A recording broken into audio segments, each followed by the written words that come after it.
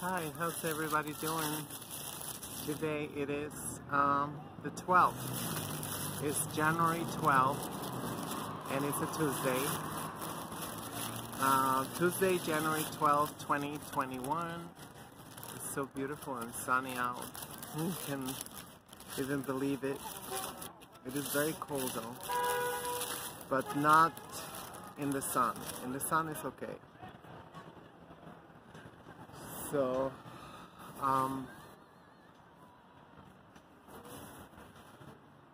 oh God, I'm so sleepy. I'm so sleepy. I didn't even know that today is,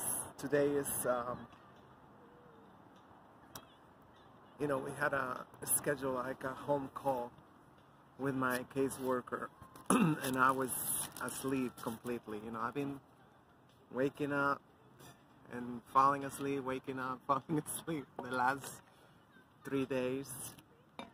It's just, you know, hibernating.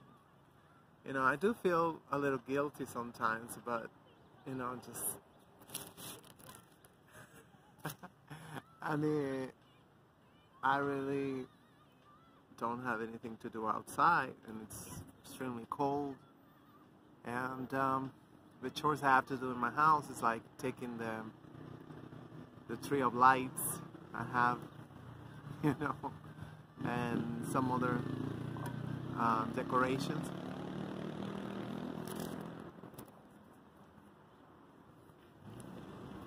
Well, I live alone, so it's not the end of the world, in my humble opinion. You fill it out too much.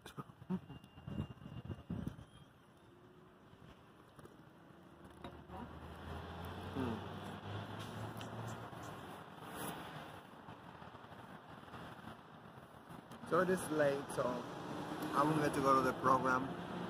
That's it. I think I just probably going back home, walking. It was a good walk. I can't believe I was so sore. You know, just from 3 days of not walking much. I do some stretches in the house, but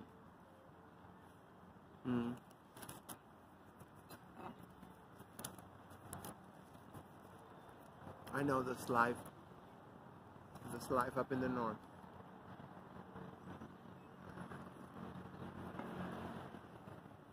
More than 30 years and I'm not used to it. I'm still like, you know, I still think it's insane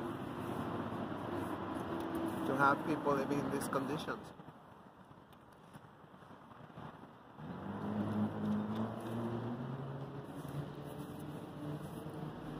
Especially the indoor part. I think if it was acclimated, you know, with just, I saw something, so like a hair on my tumbler. I don't know, I'm going crazy. I gotta dry it up. I had to dry it up. That walk, I broke out the sweat. So now it's like, as long as being in the sun, I feel nice and warm. Yeah, it's probably just for a couple of minutes. I'm gonna put on the jacket again.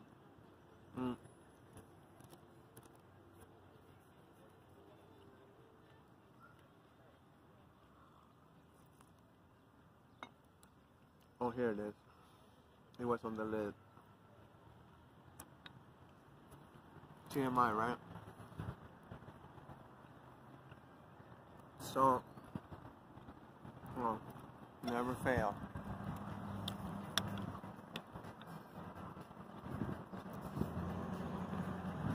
Yeah, they've been doing the invisible ones. I don't know how to do the research. You know, what's the difference between them?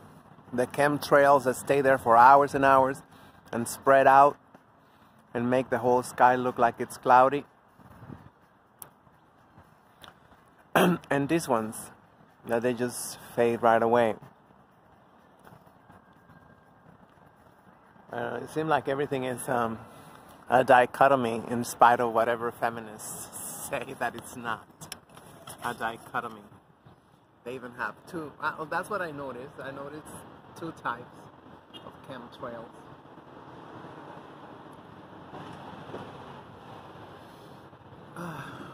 Yeah, I just think this is insane. I'm sorry. You know, just staying warm in your house and then coming out. And like, I feel like it should not be too acclimated. I don't know.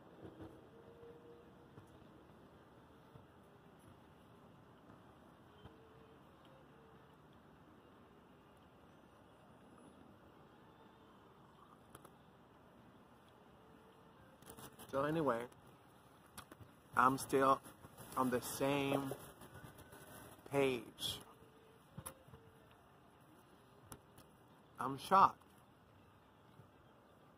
You know, I just learned it's worse than I thought. It seemed like all the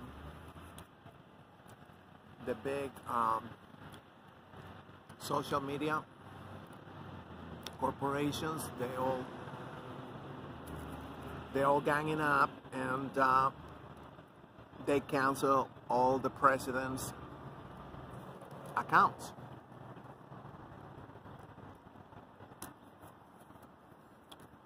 It's insane. Shit is insane, you know? If there's something called diplomatic immunity, why there's no such thing for social media? Obviously, it's very much needed.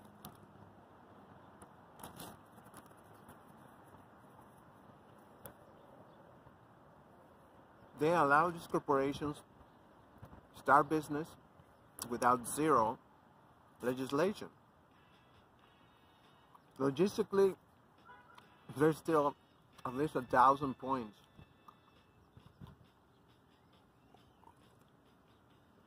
that need to be researched, you know, when it comes to social media. But they're white. They don't have to. We're seeing these vaccines without protocol. You know, they have to even skip, you know, research on black people, research on children. All that had to be sacrificed. You know, just because we want immediate gratification. I mean, in a nutshell, that's all it is. Because we could, like, it's going to be a year already. At least it's going to be a year for us. For China, it's already been a year of this shit. So, I mean, see, no governments got together and say, you know what? This time we focus on the nutrition of our peoples.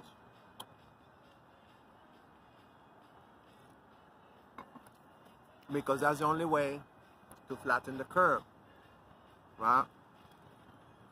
You want to flatten the curve.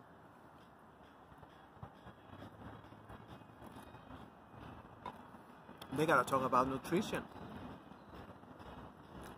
I mean, what kind of like bullshit is that, you know? But that's what this country is all about. This country is a country of the bullshit. You know, you have these extreme methods, they have to cut you out. And dangerous too.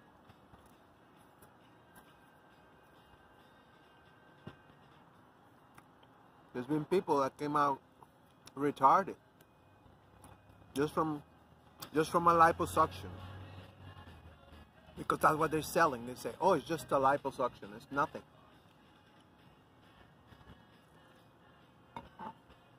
Young people die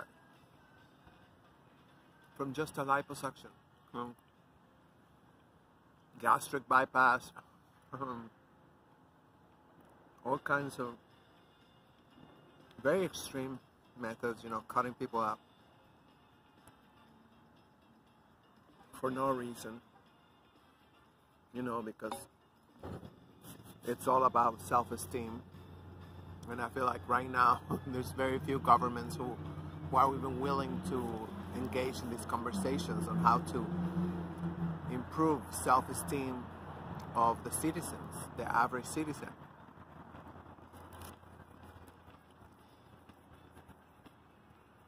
That's something we're not willing to do.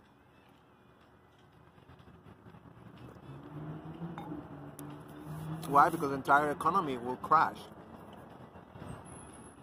Imagine citizens with good self-esteem. You know, shit, I'm first gonna be asking, what's in this? What's in this shit? What's in this shit? You know what? Make it out of spelt. You know, spelt grain. You know, make it out, you know. And then we will start living like 150 years, 200 years, longevity. And healthy, not swiping Medicare, Medicaid. Just healthy. Oh no, that's not. We see the cracks in this whole freaking system.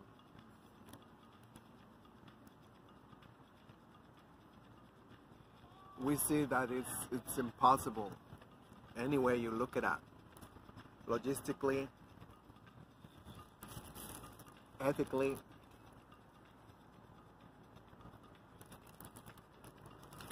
even financially. Everything has to be patched. You know, we hate socialism, but everything is subsidized in this country. All the farms are subsidized, except the black farms. Except black farmers. So, I don't know. So finally, you know, I got into Twitter. I got into Twitter yesterday for the first time in a while, and I'm like, it's a place of the damn bullshit. I don't want to be there, you know, like so many people that just like thinking about their career, you know, what they're gonna tweet today to heighten the possibilities that they're gonna be discovered by a corporation, and they be hired to lie on their behalf. You know, that's what people are aspiring to. How can I make these blood-sucking parasites, corporate parasites, look good? And that's what people, they go to university, they go to college for that, they go to, like, you know, all these trainings just to learn how to make corporations smell good, look good, and feel good, you know, unfortunately. I mean, I have to say that. I have to say that because I've seen it. I've seen it on the children. How that shit feel good to them, it's unbelievable. It is unbelievable, but they want their freaking Happy Meal. They want their trash, the junk food, their this and that, and if not, it's like a terrible depression is gonna happen to them. Right? Because that's only then when they feel broke. When they don't have money to eat garbage. I know, because that's my thing. That's my thing. I know I'm not the only one. I know I'm not the only one. Sometimes I just buy this damn bagel because I don't want to feel too broke. I want to feel like I was able to buy something and sit down and eat it because it was programmed. I mean, like, that's just a lot of you know, in Latin America, that's the only time probably that we socialize now. You know, you go eat, we break bread. You know, that is it. I live by myself. I have no friends. I have no social circle, but I have the most beautiful dining room that can fit up to 8 people. And I got rid of another one who used to feed like 12 people. It was huge. It was huge, you know, because I came from Mexico. I bought it out. I bought it, I didn't know what I bought it on 14th Street. I remember that I was, you know, barely able to get a taxi that the whole damn table was gonna fit. I forgot what store was there, right there. There was a store by Union Square. And that's what I found. It's just a very generic table. It used to be. I mean, it was a good table. It's a very generic table. And I remember it cost me $100. Huge pine, I think it's a pine tree table. And, you know, I mean, like, because, you know, I'm Mexican, come from Mexico, you feel like, you know, I guess I was still on that thing, you know, people are social. People are social. You know, banking on this, people are social, you know. Oh, hell no. You live too far uptown, you this, you that, you don't have the food that I like, you don't have like whatever, and it's like, and it's just like, shit, we can put our money together. That's what the last, you know, December parties I used to do. I used to do December potlucks, just so you can get an idea how much we have changed as a society, or I should say as an anti-society, you know. So, you know, I came here to New York City in 1992, and yeah, and I think it was the summer. I remember it was the summertime. And so I had a map, so the first thing I did when went downtown.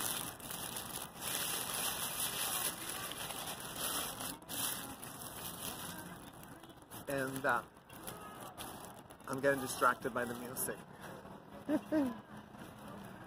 I don't know why I was going there.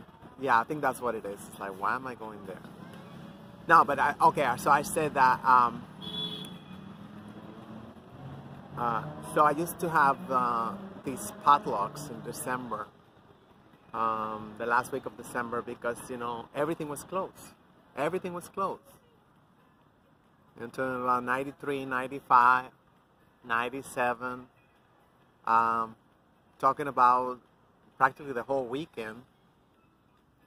But definitely on the 25th.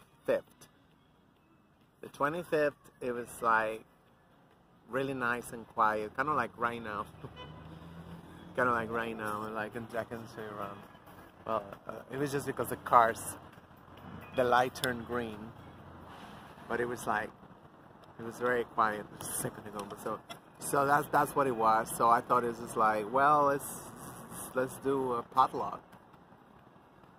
You know, at first I would like have whatever, you know, I could afford, you know, make like pasta, whatever. So some years I would get like 10, sometimes 30 people. And then after that, you know, after a few years, you know, then they started opening up. They started opening up. All the businesses. It's like every day now. Now the 25th, everything is open. Everything is open, you know, like, you know, at the beginning when I first arrived here, it was only like Chinese. That was the only cool people that didn't shut down, that didn't close their doors. So they didn't close their doors. So there was another. I think the pizza was open too. Some of them, you know, they used to be open. So yeah, in a few years after that, it was just like I wouldn't get nobody. You know, one or two. You know, because I would leave the day open. I would make a Facebook event. Well, that's later on.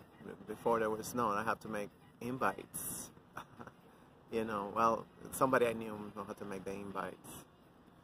And So that's how much we changed since the 90s in 20 years. In 20 years, it's like now it's just like we're shameless, you know, we're open 7 days a week. Oh, and the Chinese restaurant by my house now closed on Sunday. I go like, wow, that's the only damn day I needed you. You know, I mean, like Sunday. I only buy the half of fried chicken. That's about it. That's about it. You know, because it still got bones. I don't want to buy nothing boneless. Nothing should freak me out now. I used to eat them. I used to eat them like, you know, well, we used to sell them. You know, when I was a waitress. I used to work in a lot of restaurants like Lord & Taylor, Macy's, and their fountain restaurants. I was like chicken fingers. Chicken fingers. They were so good. And even them, even those chicken fingers, they taste much better than today's. You know, I mean, now they don't even call it chicken fingers. They call it chicken. And it's like, where are the damn bones? Like humongous pieces of white meat with no bones. It's just like, it's just some breading that looked like the chicken skin, but it's like, yeah, I mean, I already talked in one of the videos, you know, that was one of the meals I stole from one of the buildings. They give the clap. They go give the socialist meals. So I was like, not again. And everybody's like, why don't you sign up? All you gotta do is just call this number and they'll bring the meals and you just come downstairs and get your meals. It's like, who made them? Who made him? Why they made him? Who told him to make him? Our enemy. Our enemy. You know, that's all it is, you know. I mean, like, every day, I mean, like, you know, I get more, you know, inspired by Dr. Umar Johnson, you know. He gave a lecture last week, and he's just like really like an in-depth scholar. He's doing like first-hand research too by himself, and all this stuff that he's uncovering is just like, you gotta follow Dr. Umar Johnson. It is like, I mean, and he's a great historian. He is a great historian, and of course now, because he got a name throughout the whole planet, so people actually go to him with actually, you know, first-hand information about history of this country. Well, which is not a country, it's a corporation. Or what they say, you know, Black history. Black history is world history. There's no way around. But there's no such thing like. That's not to say that we are not going to celebrate Black History Month. That's not what I'm saying, you know. But I mean, it is just unbelievable. I mean, like, I'm still digesting all the stuff that he have uncovered. It's like, wow. I mean, like, I think that's all I'm gonna say. You know, it's just like, you know. I mean, I'm gonna say one. I'm gonna say one of the things he said. This is just like, I mean, I never really found anybody who can put it together like that, or who had put it together like that, because, you know, he'd been studying since he was a little boy,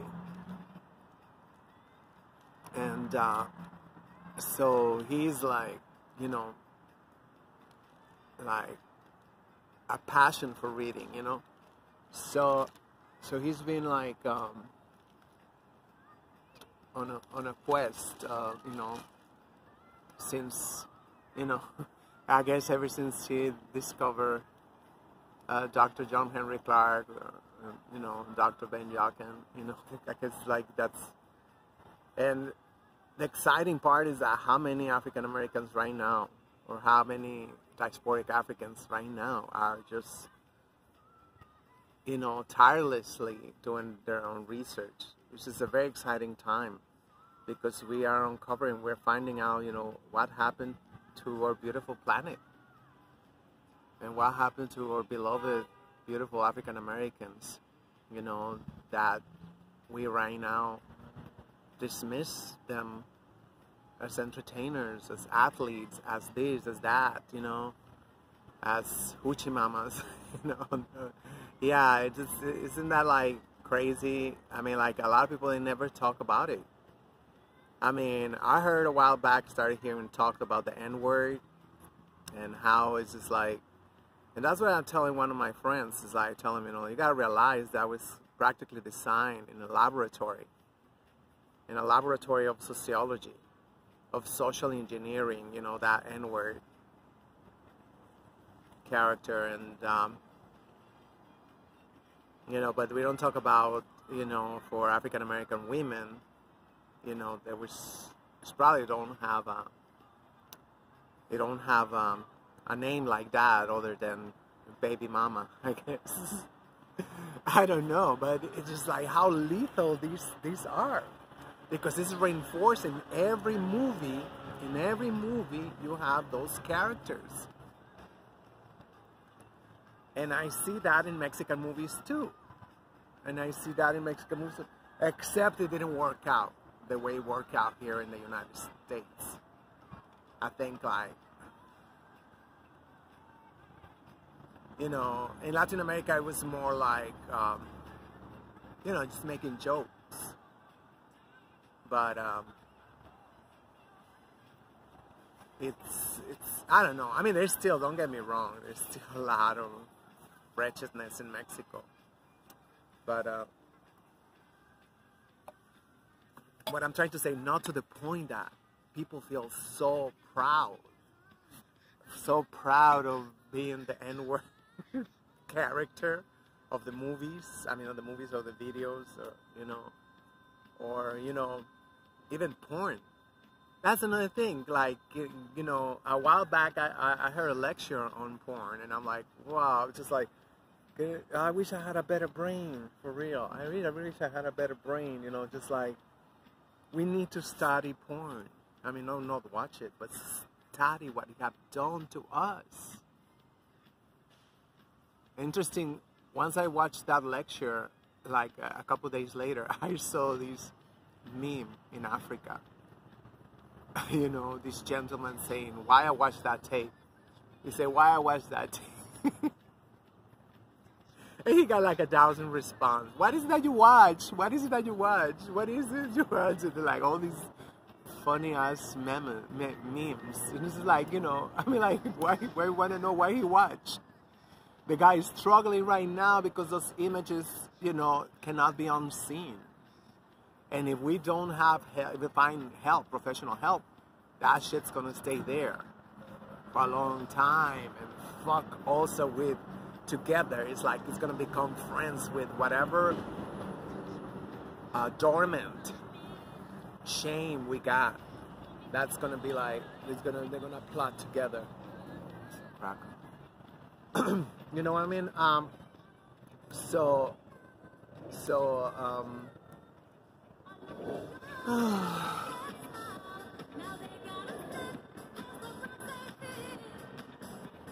get so distracted so easily. But there's so many things that need to be studied and addressed and confronted, if we want to stop having those results. We want to stop having those the results that we hate. Which, I mean, I keep it on the eye. We struggle a lot with a lot of the same issues the African American society struggle with. You know, most of all, I guess, is being comfortable with with this white hegemonic power. He was talking about, Dr. Umar Johnson was talking about that, you know, our version of God, our image of God is exactly their image of God, you know, as if, you know, went into the Ice Age, you know, where, you know, they lived, you know, with 60-degree below temperatures, and I'm talking about for a long, long time. I don't know how long time was that, but you know, that cold. I mean, like, I hate cold. I mean, I should not say that. I love cold. You know, but you know, that just burning sensation in your skin and all that shit is just like, I have been used to it because, you know, I'm gonna do a little bit TMI. The only thing we was able to save was a property where my dad built a townhouse, you know, like a summer house, whatever. But it's up in the hills, in the mountains. I don't know what is it, how to study the difference between hill and mountain, you know. So I was there, you know, for a few weeks. I used to be there with my mom, and you know, it's a beautiful life, you know, very kind of like boring too, but it's just like there's no phone. I don't know, I think they have phone service now, but they didn't have back then. I don't know, and they did get electricity right away because there's some rich neighbors not too far. So, you know, that's another thing. You know, there's a wealthy family, and then like, okay, so we then we are comfortable, we are thankful that thanks to these rich families, you know, there's electricity in that area, right? So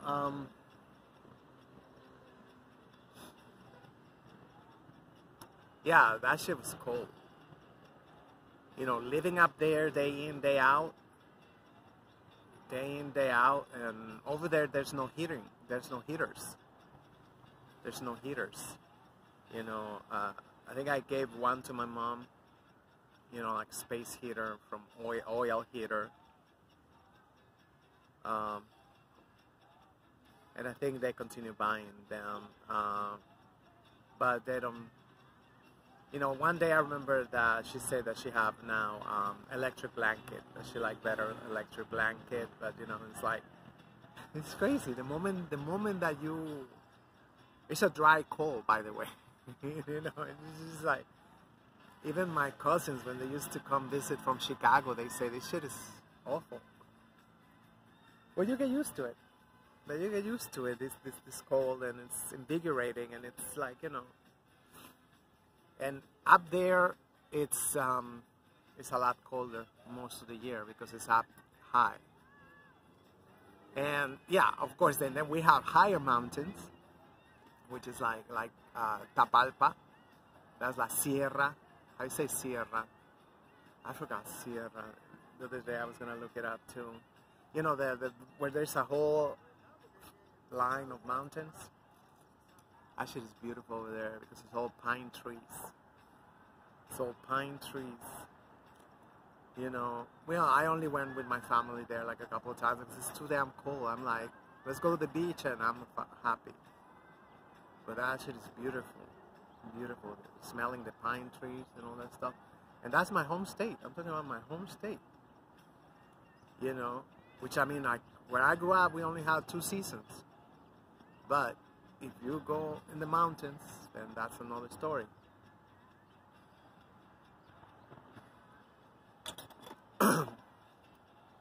So, going back to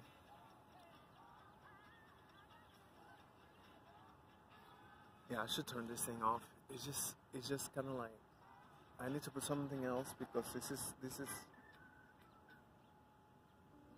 is kind of like my mind. My mind gets distracted so easily. I'm like, I know I'm kind of like a young spirit.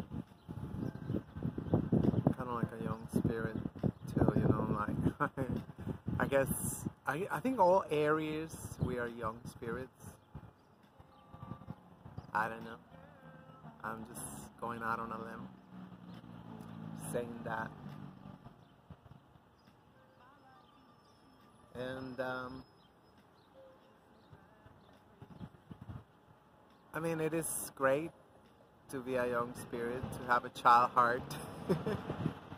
But it is also like, you know, if you was raised without discipline, I don't see anything over there.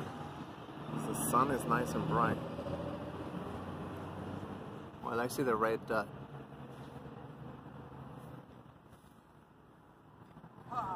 It's all about raising children with discipline. You know, we have to. Because I was neglected, so I was not into that. And then my father, you know, suffered from chronic depression too. So this is not what I wanted to talk about. I was going somewhere.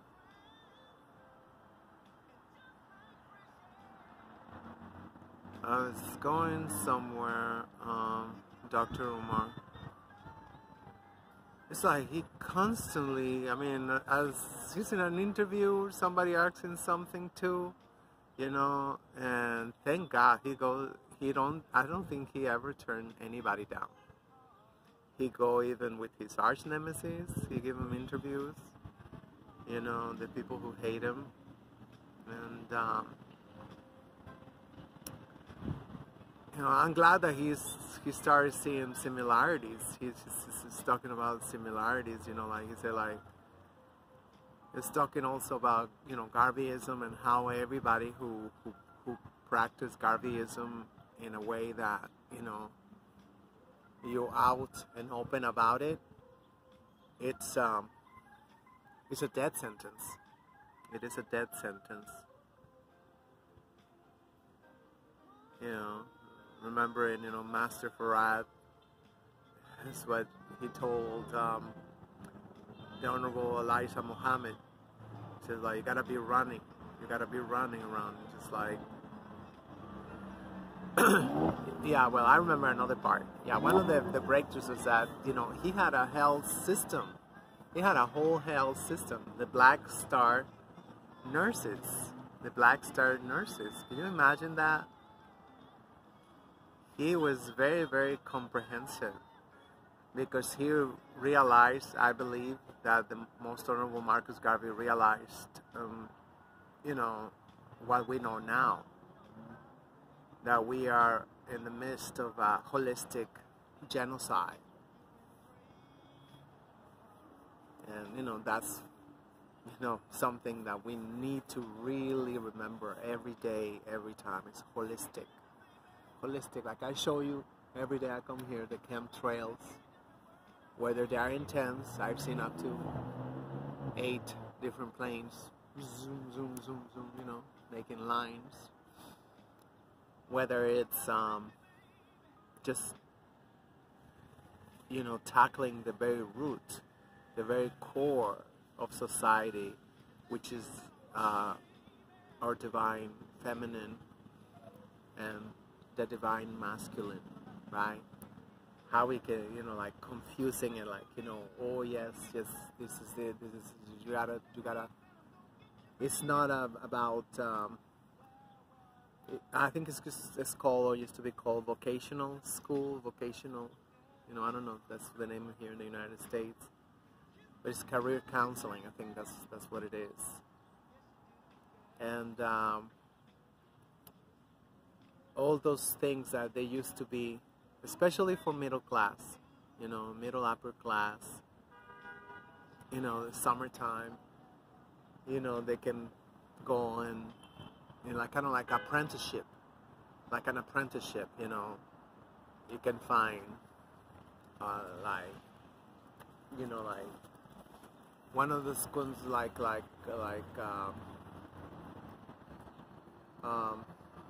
Woodsmith, is that what it's called? Woodsmith, or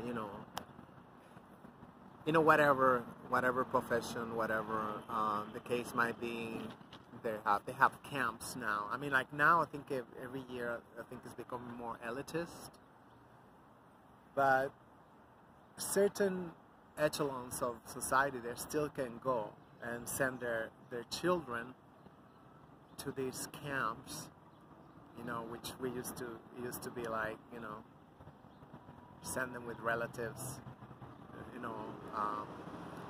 to do like do an apprenticeship, and that need to come back. I don't believe that we should be like, hey, I guess it's ready. It's just that is just crazy. It's just crazy. I want to study what I want to study because I feel like it's studying it, like whatever, like studying it, okay, but in the meantime, can I show you here?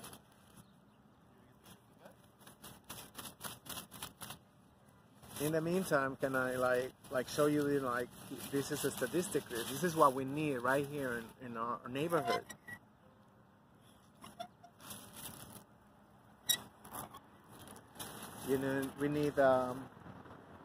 We need security. Aren't you study like security cameras or all that kind of technology to secure our neighborhood, to find out who's here, how many times that person been here?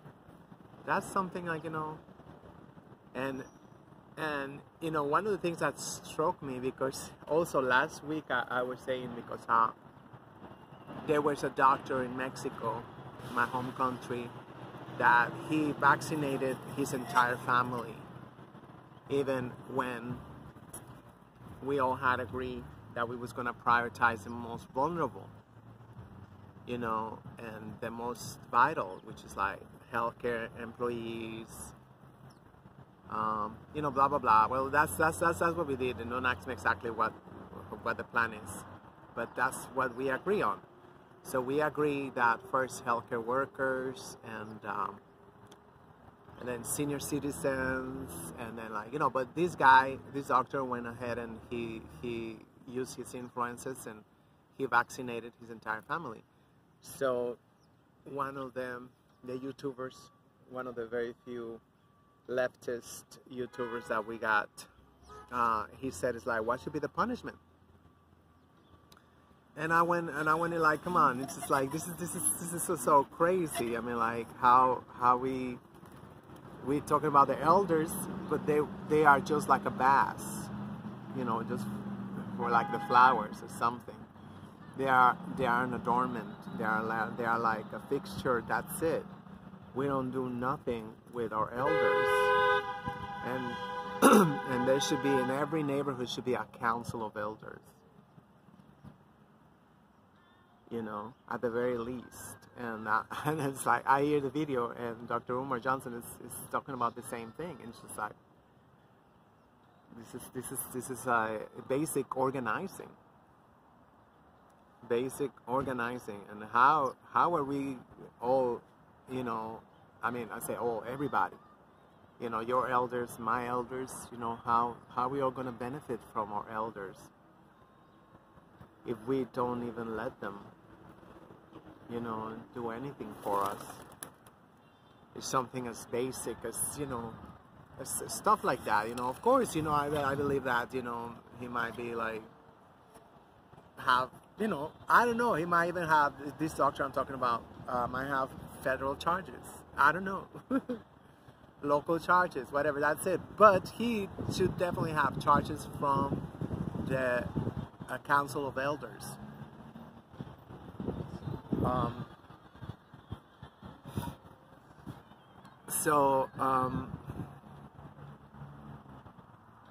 I'm sorry that I'm all over the place today and every day.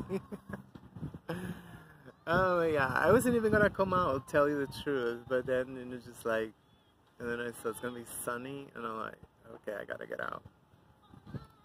I gotta get out. I gotta get out. It's already Tuesday. Hopefully tomorrow will be another lovely day. Hopefully I'll be more prepared, but you know, until the truth, I have not really felt like, you know, reading more and more bullshit.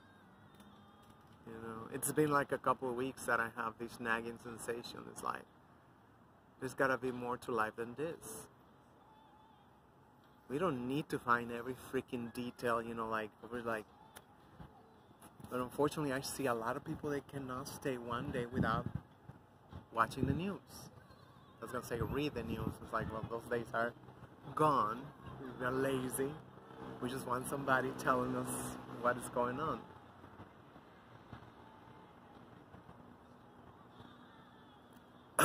Which is great because, you know, that satisfies, I think, one of our primordial needs, which is, you know, that we need to listen to the tone of voice.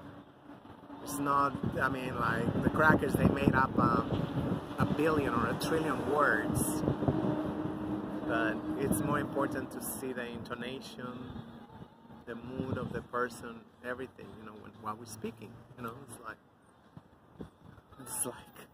you know, I don't know, I mean, as much as some there's really good writers, I don't think we can substitute that, you know, I don't think we could ever substitute that.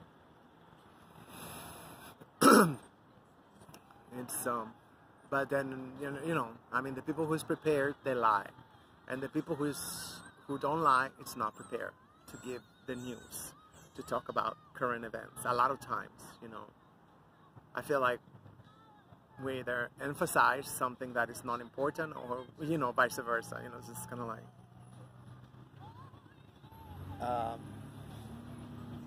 I don't know. I don't know. But you know, make sure, I guess I just gotta say it again, make sure you follow Dr. Umar Johnson channel. And I'm glad I found again 60 million views. Is it 60 million views or 60,000 views, something like that? It's a lot of zeros. Yes, I'm guilty. You know, that was a magnificent lecture that Professor Jason Black did months ago on the music industry and how a lot of artists, they get ripped off because, you know, they don't know the difference with the zeros, you know, the 6 digits, 10 digit, you know, like stuff like that, and how we all don't want to look stupid and we don't ask questions. And as a result, a lot of artists end up, you know, flat broke. A tragedy, you know. But I'm trying to remember how many points I'm trying to remember from Dr. Umar Johnson. I mean, like, I should have wrote it down. It was so many points. There's so many points. Like I say, it's not necessarily new information, but just the way he articulated and he connected the dots. It's just like, oh, I remember. Yeah, that's probably gonna get cut off, right? So, yeah, the comprehensive approach, right? To be, in order to have self-determination in a sustainable way, right?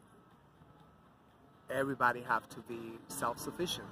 And I said everybody because I've been thinking about it for a while. You know, I've been thinking about, it's like, you know, who should practice Garveyism, right? But imagine like, if we continue like that as Latin Americans, speaks or whatever, you know. So what would be actually the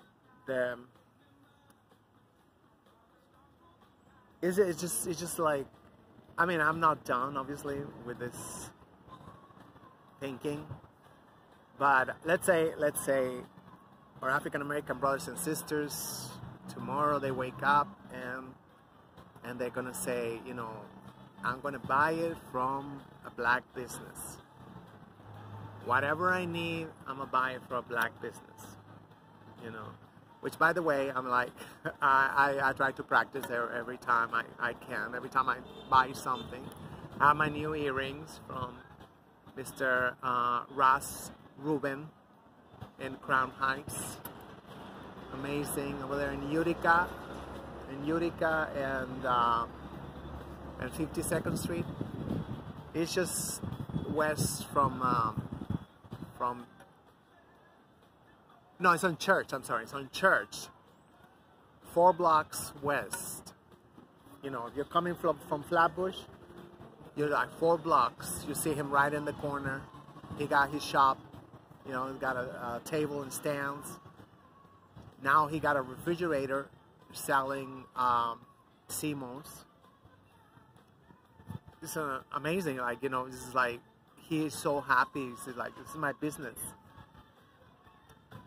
He says, it's my business, and he's very happy to be. I mean, he's in his car. He's in his car.